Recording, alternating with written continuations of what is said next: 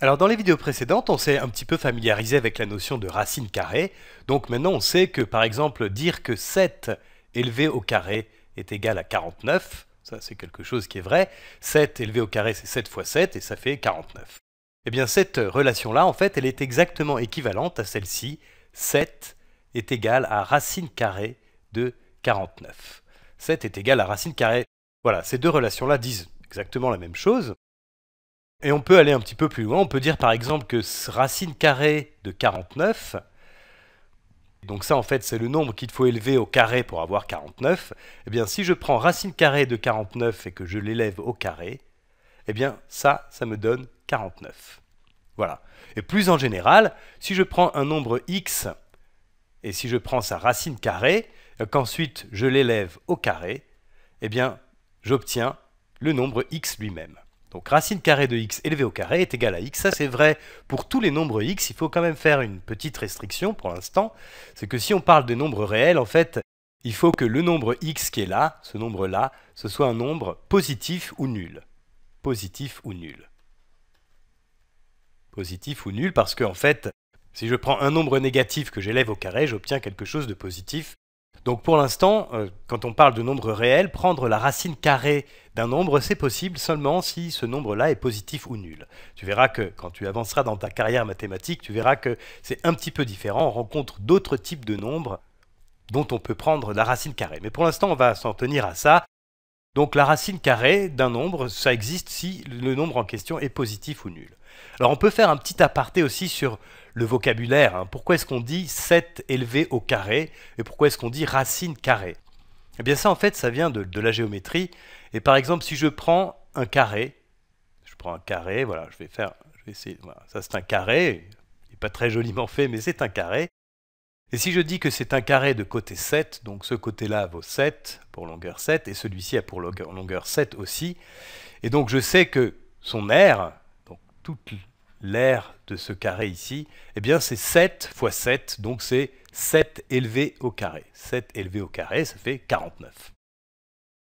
Donc tu vois que là on comprend pourquoi on dit 7 élevé au carré, eh bien c'est lié à la forme carré dont on calcule en fait l'aire. Alors là, on a pris un carré dont on connaissait la longueur du côté, et on a calculé son aire. On peut faire l'inverse, c'est-à-dire que si on prend un carré, je vais faire un carré, voilà, et si on sait que l'aire de ce carré ici, eh bien c'est x, en unité de mesure de surface, et la question qu'on se pose, c'est quelle est la longueur du côté de ce carré? Eh bien en fait, le côté de ce carré, eh bien c'est racine carrée de x. Donc ce côté a une longueur de racine carrée de x et ce côté-là aussi. Alors voilà, ça c'est pour te montrer, t'expliquer un petit peu d'où vient ce vocabulaire, racine carrée et élevé au carré. Ça vient de cette forme-là. Et justement, ce côté géométrique va permettre peut-être de comprendre un petit peu ce dont on va parler dans cette vidéo, parce qu'on ne va pas parler de racine carrée, ça on l'a fait déjà dans d'autres vidéos. On va parler ici de racine cubique. Et en fait, l'idée c'est que si tu prends un cube, alors je vais dessiner un cube, voilà. Je vais essayer de dessiner un cube rapidement. Voilà. Ça c'est un cube, et on va dire que ce cube-là a pour côté 2. Donc ce côté-là a une longueur de 2, la hauteur aussi, et puis ce côté-là a une longueur de 2 aussi. Et le volume de ce cube, on sait le calculer, c'est 2 au cube. C'est 2 fois 2 fois 2, ce qu'on dit comme ça, c'est 2 élevé à la puissance 3, et on dit aussi 2 élevé au cube, justement parce que c'est lié au volume d'un cube. Alors 2 au cube, évidemment, ça fait 8. Donc on sait que ce cube a un volume de 8 unités de mesure de volume. Et ici aussi, on peut prendre le problème à l'envers, c'est-à-dire se donner un cube. On va prendre un cube dont on connaît le volume. Je dessine un autre cube rapidement, c'est pas très joli. Voilà. Et je sais que ce cube a un volume de 8. Donc le volume ici, c'est 8. La question qu'on va se poser, c'est quel est le côté de ce cube? Donc quelle est la longueur de ce côté-là, par exemple, ou de celui-ci? Enfin, ici c'est un cube, donc tous les côtés ont la même longueur. Ce côté-là a une longueur de x, ce côté-là aussi. Alors comment est-ce qu'on peut faire? Ici, on peut tout simplement se dire que le volume, ça sera x élevé à la puissance 3, hein, x élevé à la puissance 3, et donc ce volume est égal à 8. Donc on peut définir la longueur du côté de ce cube par cette relation-là. On sait que si j'élève ce côté à la puissance 3, donc x élevé à la puissance 3, ou bien on dit aussi x au cube, eh bien ça donne 8. Ça c'est une manière de dire, mais on peut aussi faire comme tout à l'heure avec le carré, prendre la racine. Mais ici, ça ne sera pas la racine carrée, ça va être la racine cubique. Donc on peut dire ça aussi comme ça. On peut dire que x est égal à racine. Alors on va utiliser ce symbole, racine de 8. Si j'utilise ce symbole comme ça, eh bien ça va en fait dénoter la racine carrée, hein. Donc pour différencier ça, on va mettre un petit 3 ici. Donc ici, ça se lit x est égal à racine cubique de 8. Et en fait, ici, le symbole racine carrée, on devrait l'écrire comme ça, avec un petit 2 ici, pour dire que c'est l'inverse du carré, pour spécifier que c'est la racine carrée, mais en fait, quand il n'y a rien ici, ça veut dire qu'on parle de la racine carrée. En revanche, pour la racine cubique, il faut absolument mettre le 3 ici pour ne pas confondre avec la racine carrée. Et en fait, ici, c'est une manière de dire que le nombre x, si je l'élève à la puissance 3, eh bien, j'obtiens 8. Et c'est ça, la racine cubique de 8. Alors, on va faire quelques exemples quand même pour appliquer tout ça. Si je cherche par exemple un nombre x qui est égal à la racine cubique de 27. Racine cubique de 27. Une autre manière de dire ça, c'est que si je prends ce nombre x et que je l'élève à la puissance 3, eh bien, je dois obtenir 27. Donc si je prends x et que je le multiplie 3 fois par lui-même, x fois x fois x, eh bien j'obtiens 27. Donc là, évidemment, le nombre auquel on pense, c'est 3, hein, puisque 3 élevé à la puissance 3, c'est 3 fois 3 fois 3, c'est-à-dire 27. Donc x est égal à 3. Alors je voudrais te poser une question assez importante là maintenant, pour comparer un petit peu la racine cubique et la racine carrée. Tout à l'heure, on a dit qu'on peut prendre la racine carrée d'un nombre seulement si c'est un nombre positif ou nul.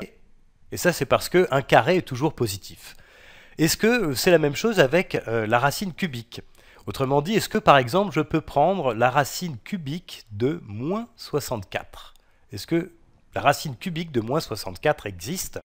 Donc on va réfléchir un petit peu à ça. Alors en supposant que ça existe, je vais appeler cette racine cubique de moins 64 x. Je l'appelle x. Et dire ça, ça revient exactement au même que dire que moins 64, eh bien, c'est x élevé à la puissance 3. Hein. Ça, c'est vraiment la définition de la racine cubique. Donc, il faudrait que je trouve un nombre élevé à la puissance 3 qui me donne moins 64. Alors, est-ce que c'est possible? Est-ce que c'est possible qu'un nombre élevé à la puissance 3 soit négatif? Eh bien, en fait, oui, puisque si tu prends par exemple moins 4 élevé à la puissance 3, c'est moins 4 fois moins 4 fois moins 4. Moins 4 fois moins 4 fois moins 4. Moins 4 fois moins 4, ça fait 16. Donc ça fait 16 fois moins 4. Et 16 fois moins 4, ça fait moins 64. Donc effectivement, on trouve un nombre, c'est moins 4, dont le cube est égal à moins 64. Ce qui veut dire que finalement, on peut définir la racine cubique de moins 64, et on trouve que cette racine cubique, c'est x égale moins 4. La racine cubique de moins 64, c'est moins 4. Donc autant avec nos connaissances actuelles, on ne peut pas prendre la racine carrée d'un nombre négatif, mais par contre, on peut prendre la racine cubique d'un nombre négatif. Ça, c'est vraiment une différence importante à comprendre. Donc maintenant, tu connais les racines carrées, tu connais les racines cubiques, et ces racines-là ont une interprétation géométrique comme ça assez simple. On pourrait imaginer, et tu rencontreras ça plus tard dans ta carrière mathématique, des racines quatrièmes, des racines cinquièmes, et ainsi de suite. Bon, enfin, pour l'instant, on ne va pas en parler. On peut faire une petite remarque quand même, c'est que ici, tu vois, j'ai calculé la racine cubique de 27. J'ai trouvé que c'était 3, mais en fait, c'est parce que je savais déjà que 3 au cube était égal à 27. C'est pas toujours évident de faire ça. Donc, par exemple, si je te demande de trouver la racine cubique de 125, tu ne sais pas forcément le calculer tout de suite. Donc comment est-ce qu'on fait pour calculer une racine cubique? C'est pas toujours simple. Il y a une manière de faire qui serait de décomposer le nombre en question. Donc par exemple, dire que 125, c'est 5 fois 25 déjà. Et puis 25, c'est 5 fois 5. Donc finalement, en décomposant comme ça, on voit que 125, c'est 5 fois 5 fois 5, donc c'est 5 au cube. Donc finalement, la racine cubique de 125, c'est la racine cubique de 5 au cube. Et ça, évidemment, c'est 5. Puisque c'est le nombre qu'il faut élever au cube pour trouver 125. Alors là, en fait, on a eu de la chance parce que ce nombre-là était un cube, donc on a pu l'exprimer comme ça, mais en général, il n'y a pas de moyen très très simple de calculer la racine cubique d'un nombre. D'ailleurs, c'est pareil pour la racine carrée, hein. C'est pas toujours facile de calculer une racine carrée. Et en fait, il n'y a pas de moyen mécanique qui marche dans tous les cas pour calculer une racine cubique ou une racine carrée.